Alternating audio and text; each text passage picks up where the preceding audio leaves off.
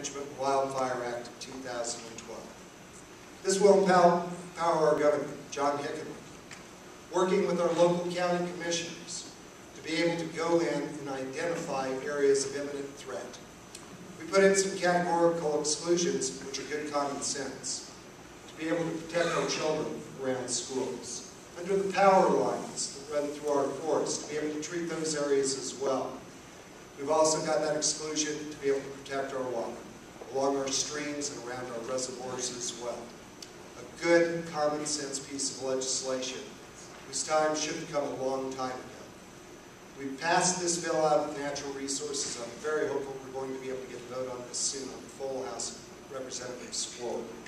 This is going to be the real solution in terms of dealing with these wildfires. When I was out on the fire line of the Debec fire, I toured that, and it was expressed to me by members of the BLM that they're concerned that the fire burns so hot the land is sterilized. Same issues on the fire line that I was at in the Weber Canyon fire in southwest Colorado as well. We're seeing poor forest management for the entire state. Right now, the Poudre River is going to be experiencing the 100-year flood on an average once every 5 years because the vegetation will now not grow back. We need to have this common sense legislation.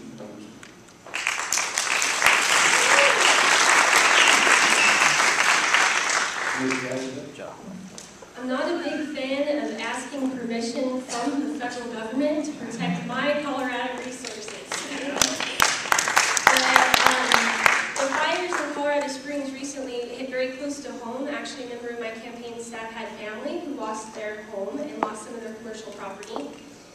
As far as how I understand how people have to, the chain of command and asking for permission to protect our resources, I don't think that we should have to go through that and ask permission for the federal government. I think that Colorado and counties within Colorado should have access to funds and access to means to protect things like our forests when they hit. When disaster strikes and when emergency hits, the last thing you want to do is have to call and ask permission to use various types of equipment.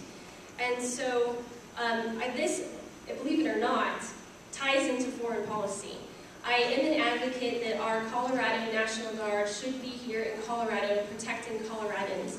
I'm very frustrated that we have troops firefighting in other countries when they should be here at home fighting fires.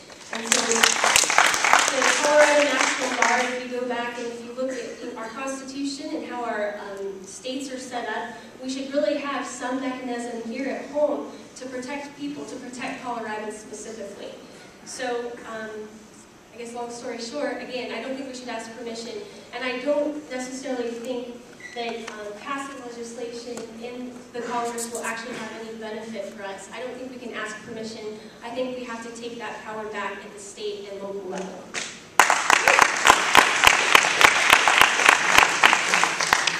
So, we're at a greater risk because of the failures in Congress. We have not passed a farm bill in Congress, which addresses bark beetle mitigation.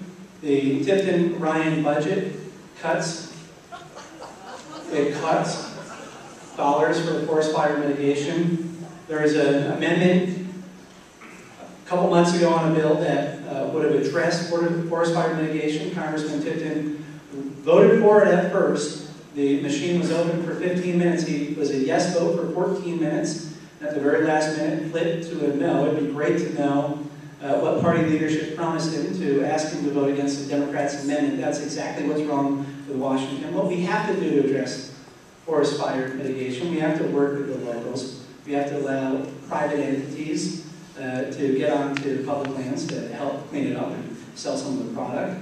It makes sense to have smart roads in public lands and not shut down the ability to open up new roads. And what we've done at the legislature, we've worked in a collaborative fashion. This is exactly what we need more of in Washington. We passed a bill to encourage those who would like to get into public lands to cut down prospective timber, to work with federal government and state agencies to to actually get it done. That's exactly not what we're getting out of Washington today.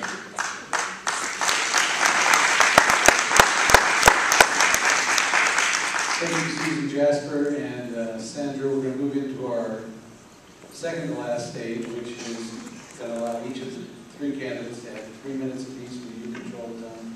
We get to ask each of one another questions as you see fit. The order that we'll go through on what we call the cross-examination phase is Ms. Cassidy, Sal, and Scott. Ms. Cassidy. First of all, I would like to ask, well, let me precursor this just a little bit. As of August 7th, there were over 3,400 bills in the Senate, over 6,100 bills in the House of Representatives. This does not include resolutions, joint resolutions, and concurrent resolutions. This is thousands of pieces of legislation that our current Congress is attempting to pass. And actually, at first it goes through a process. But do you have the opportunity to read through every page of all of the bills that you sponsor, co-sponsor, and vote on? Yes.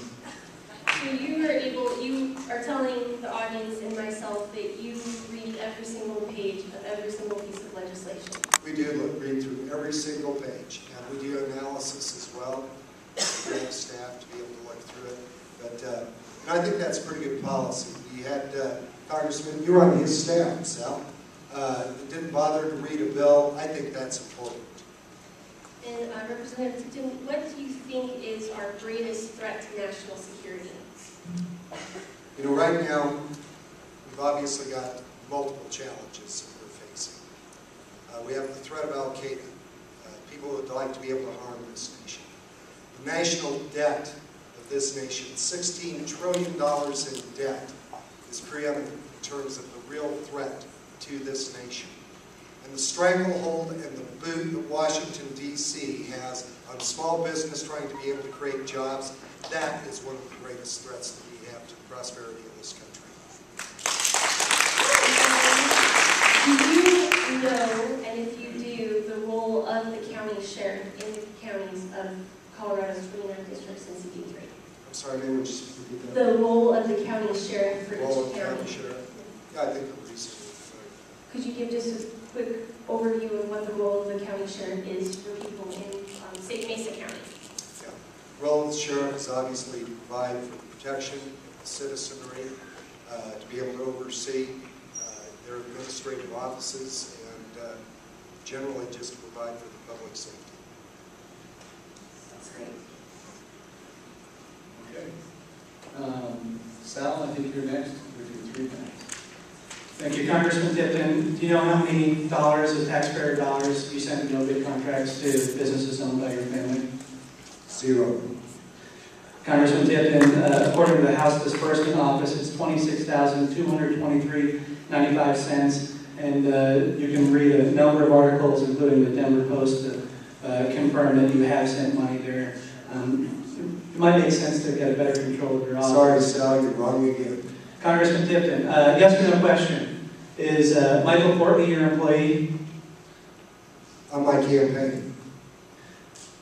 Do you agree with his statements that you feel good about higher gas prices, higher unemployment, and higher national debt because it improves your ability to get reelected? You know, Sal, if you'd actually been listening to my comments, I'm introducing legislation to be able to lower gas prices, to be able to stand up for the consumers, to be able to help those moms that are driving those SUVs, and make sure that we're getting lower gas prices in this country by developing jobs right here in the 3rd Congressional District. Congressman Tipton, you confirm that Michael Courtney is your employee on your campaign. You've been running for Congress 6 out of the last 8 years. During that time, every single person who's worked on your campaign, you have classified as a contract employee. We voted on a bill together in the legislature about misclassification. While everyone else here pays taxes on their employees, everyone else has to pay workers' comp, everyone else has to pay Social Security, payroll tax. In 6 years, over the last 8 years, raising and spending millions of dollars, you don't think you're responsible for paying those same taxes, is that correct? Mr. Pace, When you're hiring somebody to work for you for a few months, that is contract labor. That is also the law. Congressman Kiffin.